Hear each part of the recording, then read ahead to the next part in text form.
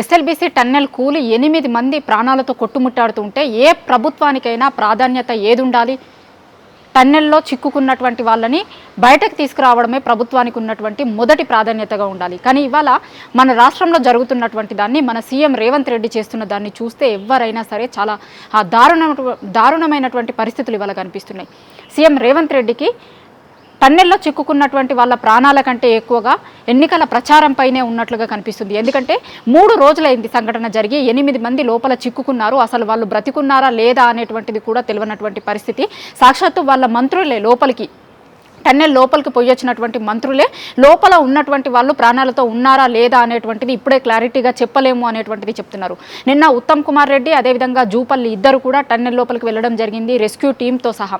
బయటకు వచ్చినటువంటి వాళ్ళు ఒక మంత్రి, అందులో ఉన్నటువంటి ఒక మంత్రి లోపల ఉన్నటువంటి వాళ్ళు ప్రాణాలతో తిరిగి రావాలని కోరుకుంటున్నాము అనేటువంటి విషయాన్ని చెప్పారు. సో ఇట్లాంటి దారుణమైనటువంటి పరిస్థితులు ఉంటే కనుక ఏ ప్రభుత్వానికైనా, ఏ రాష్ట్ర ప్రభుత్వానికైనా సరే టన్నెల్లో చిక్కుకున్నది ఏ రాష్ట్రానికి సంబంధించినటువంటి కార్మికులైనా సరే, ఎందుకంటే వాళ్ళందరూ కూడా వేరే రాష్ట్రాలకి సంబంధించినటువంటి కార్మికులు అనేటువంటి ఇన్ఫర్మేషన్ వస్తుంది. కాబట్టి ఏ రాష్ట్రానికి సంబంధించినటువంటి వాళ్ళైనా కూడా వాళ్ళని బయటకు తీసుకురావడం, ప్రాణాలతో సురక్షితంగా బయటకు తీసుకురావడమే ప్రభుత్వానికి ఉన్నటువంటి మొదటి ప్రాధాన్యత కావాలి. కానీ శనివారం దగ్గర 8:30కి టన్నెల్ కూలితే సాయంత్రం వరకు కూడా టన్నెల్ కూలిన తర్వాత కేవలం ఒక ప్రకటనకి మాత్రమే సీఎం రేవంత్ రెడ్డి పరిమితమయ్యారు. దాని మీద ఈ రోజు వరకు కనీసం అక్కడికి వెళ్ళి కూడా చూడలేదు. టన్నెల్ దగ్గరికి వెళ్ళినటువంటిది దాఖలాలు లేవు. దాంతోపాటు నిన్న కావచ్చు, లేదంటే ఈ రోజు కావచ్చు, అధికారులతోనూ ఒక స్పెషల్గా రివ్యూ కనుక చేసినట్లయితే వాళ్ళపైన కొంత ప్రెజర్ పెరిగేటువంటి అవకాశం ఉంటుంది. అదేవిధంగా రెస్క్యూ టీంతో ఇమీడియట్గా వాళ్ళని కోఆర్డినేట్ చేసుకుంటే కనుక ఒక రాష్ట్రానికి సంబంధించినటువంటి సీఎం ఈ విషయాన్ని చాలా క్షుణ్ణంగా దగ్గరగా పరిశీలిస్తున్నారు అని తెలిస్తే కనుక సహాయక చర్యల్లో ఇంకా కొంత స్పీడప్ అయ్యేటువంటి అవకాశం కనిపిస్తుంది. కానీ ఇదేది కూడా మన రాష్ట్ర ప్రభుత్వం చేసినట్లుగా కనిపించడం లేదు. ఎందుకంటే వరుసగా జరుగుతున్నటువంటి సంఘటనలు చూస్తే శనివారం రోజు జరిగినటువంటిది శనివారం పొద్దున 8:30కి 9 గంటలకి జరిగితే 10-11:30 వరకు కూడా అసలు ఆ ప్రమాదంకి సంబంధించినటువంటి ఇన్ఫర్మేషనే బయటకు రాకుండా చూశారు. ఇన్ఫర్మేషన్ బయటకు వచ్చిన తర్వాత కూడా ఉత్తమ్ కుమార్ రెడ్డి అక్కడికి వెళ్ళి మళ్ళీ అదే రోజు తిరిగి సాయంత్రం హైదరాబాద్కి వచ్చిండు. చాలా విమర్శలు వచ్చిన తర్వాత మళ్ళీ నిన్న ఉత్తమ్ కుమార్ రెడ్డి టన్నెల్ దగ్గరికి పోయిండు. 2 రోజుల నుంచి అసలు కోమటిరెడ్డి వెంకటరెడ్డి అయితే అసలు అక్కడ కనిపించినటువంటి దాఖలానే లేదు. ఎందుకంటే ఈ మొత్తం ఇన్సిడెంట్లో కోమటిరెడ్డి చాలా రోజుల నుంచి చెప్తున్నాడు, తనకి ఆ ఎస్ఎల్బీసీ టన్నెల్ ద్వారా నీళ్ళు ఇవ్వడం అనేటువంటిది తన జీవిత లక్ష్యం అనేటువంటిది, లేదు అంటే చాలా తొందరగా ఆ ప్రాజెక్ట్ని పూర్తి చేసి నీళ్ళు ఇవ్వడం అనేటువంటిది మా ఫస్ట్ ప్రియారిటీ అనేటువంటిది కోమటిరెడ్డి ముందు నుంచి చెప్తూ వస్తున్నాడు. అందులో భాగంగానే కార్మికులపైన ఒత్తిడి ఉంది. 2 షిఫ్టులలో ఆ టన్నెల్కి సంబంధించినటువంటి పనులు చేస్తున్నారు. ఎందుకంటే సాధ్యమైనంత త్వరగా పనులు పూర్తి చేయాలి అనేటువంటి ప్రెజర్ వాళ్ళపైన ఉంది. కాబట్టి పనులు స్టార్ట్ చేసిన తర్వాత 4 రోజులకే టన్నెల్ పైకప్పు కూలింది. 4 రోజుల వరకు కూడా ఆ పనులు స్టార్ట్ చేసినాక 4 రోజులు కూడా మట్టి పడుతుంది అక్కడి నుంచి కొంత అనేటువంటి సమాచారాన్ని కూడా కార్మికులు ఇచ్చిన దానికి సంబంధించినటువంటి సేఫ్టీ ఏది చూసుకోకుండా లోపలికి పోయి కార్మికులు పని చేయడం వల్లే మొత్తం టన్నెల్ కూలిపోయింది. చాలామంది దాంట్లో లోపల చిక్కుకోవాల్సి వచ్చింది. టన్నెల్కి ఇటువైపున పనిచేస్తున్నటువంటి వాళ్ళు దగ్గర 50 మంది బయటకు వచ్చారు. సో వాళ్ళు చిక్కుకోలేకపోయారు. లేదంటే కనుక చాలా పెద్ద ప్రమాదమే జరిగి ఉండేది. 50 మంది కూడా అందులో చిక్కుకున్నట్లయితే కనుక ఇప్పుడు 8 మంది ఉన్నారు అని చెప్తున్నారు. ఎంతమంది ఉన్నారు అనేటువంటిది ఇంకా కొంత క్లారిటీ లేదనే చెప్పుకోవాలి. వాళ్ళు నిజంగా ప్రాణాలతో ఉన్నారా లేదా అనేటువంటిది ఇప్పుడు చాలా పెద్ద ఇదిగా కనిపిస్తుంది. ఎందుకంటే 3 రోజులైంది వాళ్ళు ఇప్పటికీ లోపల చిక్కుకొని. ఆక్సిజన్ అందుతుందా? ఎందుకంటే నిన్న రెస్క్యూ టీం వాళ్ళని పేర్లతో పిలిచినా కూడా అటువైపు నుంచి ఎట్లాంటి సౌండ్ లేదు అనేటువంటిది రెస్క్యూ టీంకి సంబంధించినటువంటి వాళ్ళు చెప్తున్నారు.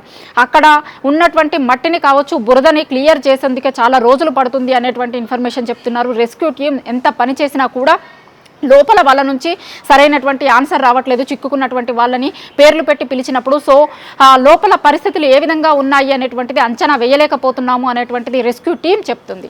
ఒకవైపు ప్రధాని మోడీ, రాహుల్ గాంధీ ఇద్దరు కూడా సీఎం రేవంత్ రెడ్డికి ఫోన్ చేశారు, ఘటన మీద ఆరా తీశారు అని చెప్తున్నారు. వాళ్ళంటే ఢిల్లీలో ఉన్నారు కాబట్టి ఫోన్ చేసి ఇక్కడ ఉన్నటువంటి విషయాల గురించి ఆరా తీయొచ్చు. కానీ హైదరాబాద్లో ఉన్నటువంటి సీఎం రేవంత్ రెడ్డి ఎందుకు ఎస్ఎల్బీసీ టన్నెల్ వైపు కన్నెత్తి కూడా చూడట్లేదు? లేదు అంటే అసలు రాష్ట్రంలో ఒక టన్నెల్ ప్రమాదం జరిగి 8 మంది లోపల ఉన్నారా అనేటువంటిది కూడా చాలా చిన్న విషయంగా ఎందుకు సీఎం రేవంత్ రెడ్డికి కనిపిస్తుంది?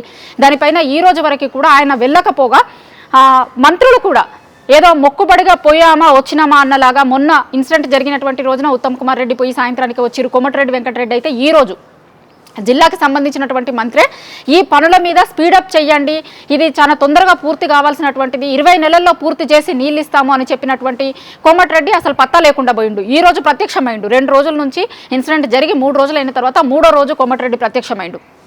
సో మొత్తం ఇన్సిడెంట్లో చూసుకున్నప్పుడు ప్రభుత్వానికి నిజంగా పట్టింపు ఉందా, వాళ్ళని తొందరగా బయటకు తీసుకురావాలని, ప్రాణాలతో తీసుకురావాలని, సురక్షితంగా వాళ్ళని బయటకు తీసుకురావాలని అనేటువంటి పట్టింపు ఉన్నట్లుగా అయితే కనిపించట్లేదు. ఎందుకంటే ఒకవైపు సీఎం రేవంత్ రెడ్డి ఈ విషయాన్ని మొత్తం కూడా పక్కకు వదిలేసి ఎన్నికల ప్రచారంలో చాలా బిజీగా గడుపుతున్నాడు. ఈరోజు మొన్న ఇన్సిడెంట్ జరిగినటువంటి రోజు బీసీకి సంబంధించినటువంటి మీటింగ్కి అటెండ్ అయ్యిండు. నిన్న ఇంకొక మీటింగ్ కావచ్చు. ఈ రోజు ఎన్నికల ప్రచారంలో ఈ 3 రోజుల నుంచి కూడా ఇన్సిడెంట్ జరిగినప్పటి నుంచి ఈ రోజు వరకు కూడా కనీసం అటువైపు వెళ్ళేటువంటి ప్రయత్నం కూడా చేయలేదు. లేదంటే మంత్రులకు సంబంధించినటువంటి టీమో లేదు అంటే కంటిన్యూగా ఆయన ఇక్కడే ఆఫీస్లో ఉంటే దానిపైన కంటిన్యూగా రివ్యూ కనుక చేసినట్లయితే కొంత పాజిటివ్ ఇంపాక్ట్ అనేటువంటిది ఉండేటువంటి అవకాశం ఉంటుండే. కానీ అది కూడా ఉన్నట్టుగా కనిపించట్లేదు. మనకి ఎక్కడా కూడా దానిపైన రివ్యూ చేసినటువంటి అది కూడా కనిపించట్లేదు. ఈ రోజైతే ఏకంగా ఆయన ఎన్నికల ప్రచారానికి వెళ్ళిండు. ఎమ్మెల్సీ ఎన్నికలకి సంబంధించినటువంటి ప్రచారంలో ఇవాళ సీఎం రేవంత్ రెడ్డి పాల్గొంటున్నాడు. ఒకవైపు ప్రాణాలతో వాళ్ళు 8 మంది కూడా టన్నెల్లో చిక్కుకున్నటువంటి వాళ్ళు ప్రాణాలతో కొట్టుమిట్టాడుతుంటే సీఎంకి మాత్రం ఎన్నికల ప్రచారం పైనే ఎక్కువ యావ ఉంది అనేటువంటిది ఇవాళ తెలంగాణ సమాజం అంతా కూడా చర్చించుకుంటున్నటువంటి విషయం మనకి చాలా స్పష్టంగా కనిపిస్తుంది. 8 మందికి సంబంధించినటువంటి ఇన్ఫర్మేషన్ ఇప్పటివరకైతే రాలేదు.